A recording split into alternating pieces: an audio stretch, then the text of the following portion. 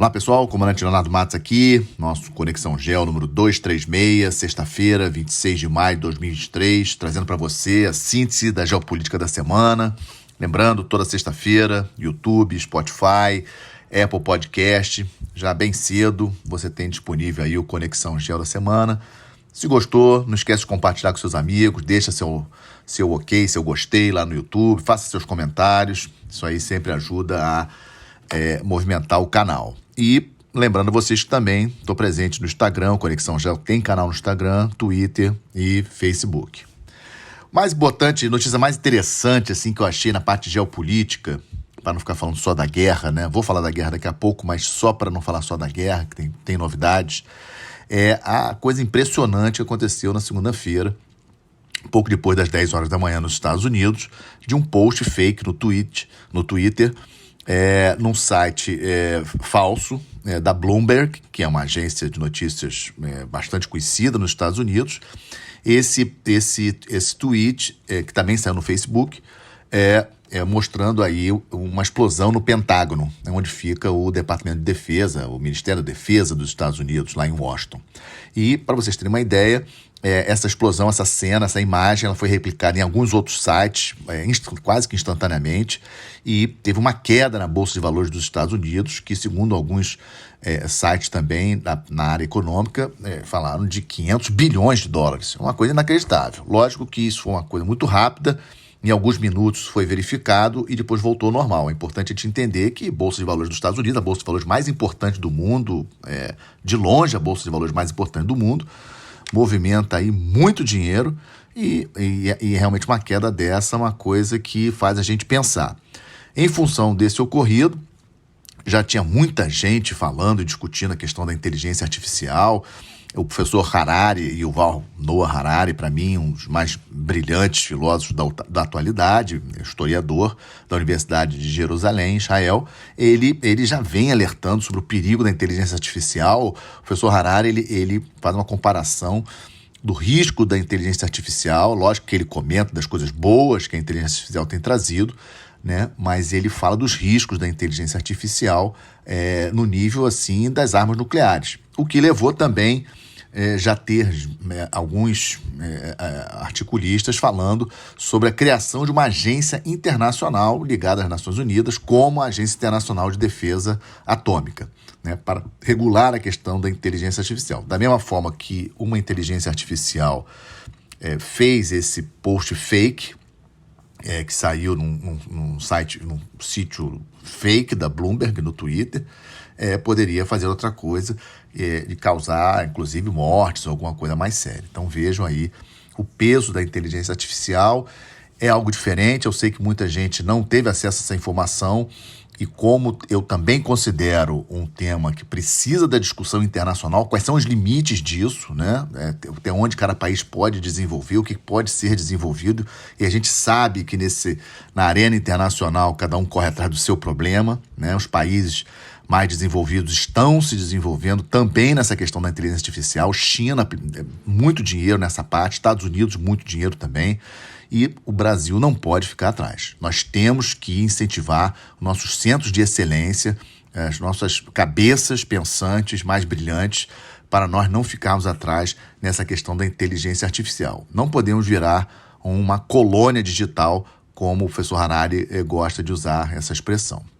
E agora, atualizando a questão da Ucrânia, algumas novidades, a questão da queda da cidade, finalmente, né, a queda da cidade de Bakhmut para os russos, anunciada aí no início da semana.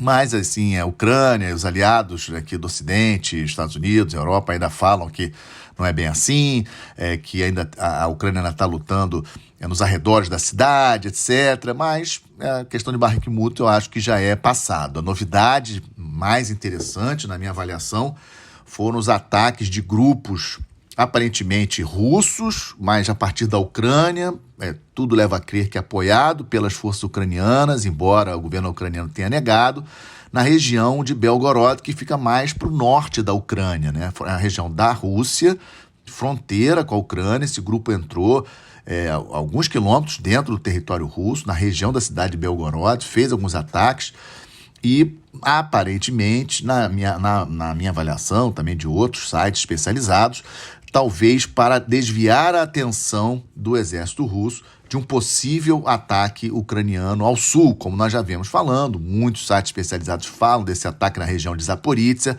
para retomar a usina nuclear de Zaporizhzhia, a usina nuclear mais importante da Europa e da Ucrânia, que está de posse do exército russo, e também para tentar uma ação até chegar ao Mar de Azov, ou seja, cortando aquela região ali que hoje é ocupada pela Rússia. Vamos seguir acompanhando.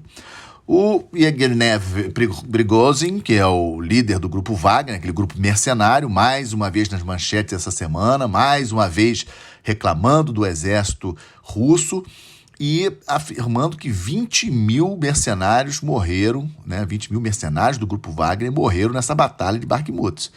Então vemos aí que os números em relação a essa cidade, Bakhmut, bastante elevados. Somente de mercenários do Wagner, 20 mil mortos. Ainda tem mortos aí do exército russo, mortos do exército ucraniano, realmente uma carnificina injustificada na minha avaliação. Mas o Prigozhin, ele fala uma coisa interessante também, está em vídeo isso, não é que alguém disse que ele disse, ele gravou vídeo, é uma coisa incrível, falando que a elite russa precisa acordar, despertar para a guerra. Do contrário, a Ucrânia, que está hoje mais armada e mais preparada do que antes da guerra, vai reconquistar o território que os russos hoje ocupam dentro do território ucraniano. Então, é uma declaração forte, Sabemos que a lei na Rússia é muito dura para quem fala alguma coisa contra a tal da operação especial, A guerra na Ucrânia, os russos chamam de operação especial, e o Prigozhin, ele foi claro em falar isso, E saiu uma matéria, um artigo na Foreign Affairs essa semana também, falando de que essas bravatas, esses depoimentos do Prigozhin contra o exército russo é algo orquestrado pelo próprio presidente Putin, que tem estreita ligação com o Prigozhin e tem interesse, de uma certa forma, não encher a bola, digamos assim, do exército russo.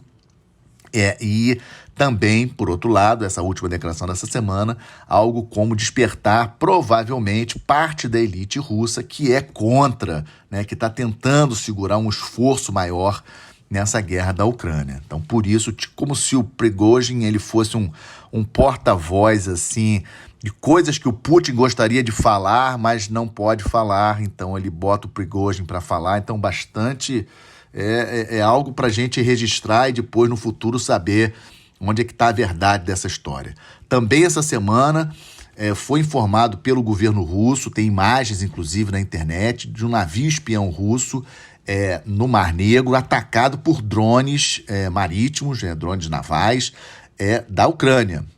Pelo Ministério da Defesa russo, todos os drones foram destruídos e o navio não sofreu dano. Mas outro dado interessante, vejam aí a importância dos drones também marítimos, não apenas os drones aéreos.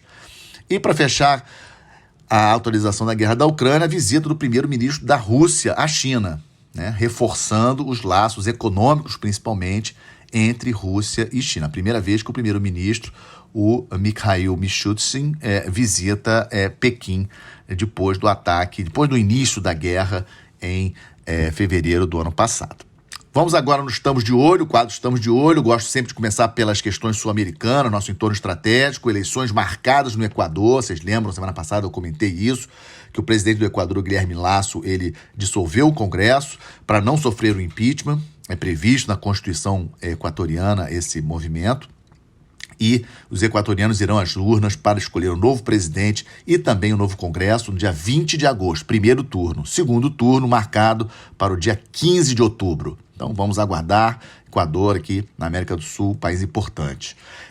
Também estamos de olho, semana que vem teremos a reunião de cúpula dos líderes da América do Sul em Brasília, convocado pelo presidente Lula, dia 30 de maio, terça-feira. A expectativa é que apenas a presidente do Peru, a Dina Boluarte, não compareça. Todos os demais presidentes, inclusive o presidente Maduro, da Venezuela, deve comparecer. Então, estamos de olho, vamos aguardar aí o comunicado dessa reunião. Na próxima sexta-feira, no próximo Conexão Gel, eu comento. Também nos estamos de olho, acompanhando aí esse conflito, esse drama humanitário no Sudão, guerra civil. Foi decretado um cessar-fogo, mas pelos dados diante de ontem, esse cessar-fogo não está sendo cumprido. Então, temos acompanhado aí o sofrimento da população sudanesa com relação a esse assunto e vamos manter vocês informados. Também, como novidade, na sexta-feira da semana passada tivemos o encerramento da reunião da Liga Árabe, com a presença do presidente Assad da Síria, como estava previsto, a Síria voltando para a Liga Árabe, muita reclamação, muita insatisfação de parte da sociedade dos países árabes, porque o Assad fez realmente muitas atrocidades contra sunitas, muçulmanos sunitas sírios, durante essa guerra civil na Síria. Lembrando que o Assad só conseguiu sair vivo dessa história, só conseguiu se manter no poder graças à entrada da Rússia, apoiando o Assad a partir de 2015, lá nessa guerra civil na Síria. Mas o Mohammed bin Salman, o príncipe herdeiro da Arábia Saudita, está tentando posar assim de líder regional, comentei isso na semana passada, e ele acabou convencendo os demais países que seria interessante trazer o Assad para a Liga Árabe, porque estão ocorrendo muitos problemas, inclusive de tráfico de drogas a partir da Síria, ou seja, cartéis de droga, grupos criminosos operando a partir da Síria, afetando os países da região. Então, o MBS, o Mohammed bin Salman, ele entende e convenceu os demais líderes da Liga Árabe que seria interessante trazer o Assad novamente para a Liga Árabe para tentar resolver essa situação. E também sobre aquela região, o Irã. Duas novidades no Irã. Primeiro, uma reportagem da Associated Press dizendo que o Irã está construindo novas instalações em volta da central nuclear de Natanz, a principal central nuclear do Irã, e mais instalações de 100 metros de profundidade abaixo da terra, da superfície da terra. Ou seja, ninguém constrói instalações nucleares a essa profundidade se não tem intenção de ter algo que não se deseja ser atacado ou descoberto pelo adversário. Sabemos da dificuldade de se destruir instalações a 100 metros de profundidade, um verdadeiro bunker, né, embaixo da superfície. Temos já a informação de que o Irã já conseguiu enriquecer urânio a 83,7% de pureza, e 90% de pureza é o grau necessário para armas, para bombas nucleares, armas nucleares. E também essa semana o Irã apresentou um novo míssil balístico com capacidade com alcance de 2.000 quilômetros, ou seja, o Irã tem hoje capacidade de um míssil e colocar uma ogiva nuclear, né, assim que acabar de desenvolver essa capacidade de enriquecimento de urânio para ter uma arma nuclear, colocar uma ogiva nuclear nesse míssil balístico e acertar qualquer lugar de Israel. E Israel já falou, os Estados Unidos já falou, eu já comentei aqui no nosso Conexão Gel, Israel e os Estados Unidos não vão permitir isso. Então vamos seguir de olho, estamos de olho, porque é uma situação muito complicada. Fechando, estamos de olho, eleições dos Estados Unidos. Novidade da semana, o governador da Flórida, o Ron DeSantis, ele confirmou a sua candidatura pelo Partido Republicano. Isso é importante porque o Ron DeSantis, em todas as prévias, aparece como o único candidato republicano com condições de vencer o ex-presidente Trump nas prévias do partido, que vão começar em fevereiro do ano que vem, vão de fevereiro a junho do ano que vem, para definir quem será o candidato contra o presidente Biden, que já declarou que vai disputar a reeleição.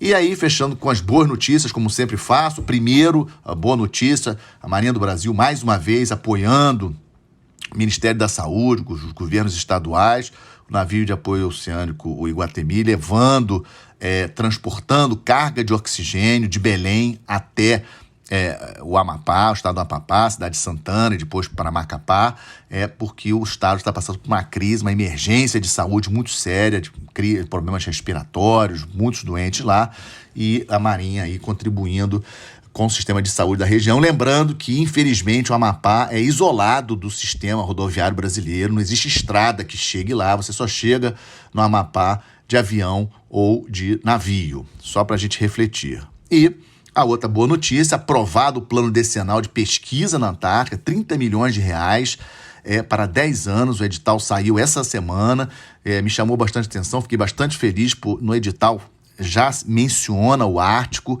Lembrando que pesquisas feitas no Ártico, coordenadas com a região da Antártica, também são aceitas nesse edital. Isso é muito bom. O Brasil não pode ficar fora do Ártico, não pode ficar fora das pesquisas no Ártico. O que acontece no Ártico, inclusive na parte da geopolítica, também é muito importante, mas na parte da ciência também. Ou seja, poder pesquisar as duas regiões polares é, sim, importante para um país do peso do Brasil. E é com isso que fecho mais esse Conexão Geo, agradecendo mais uma vez a sua confiança no meu trabalho, desejando a todos um excelente final de semana, uma boa semana, até a próxima sexta-feira. Muito obrigado.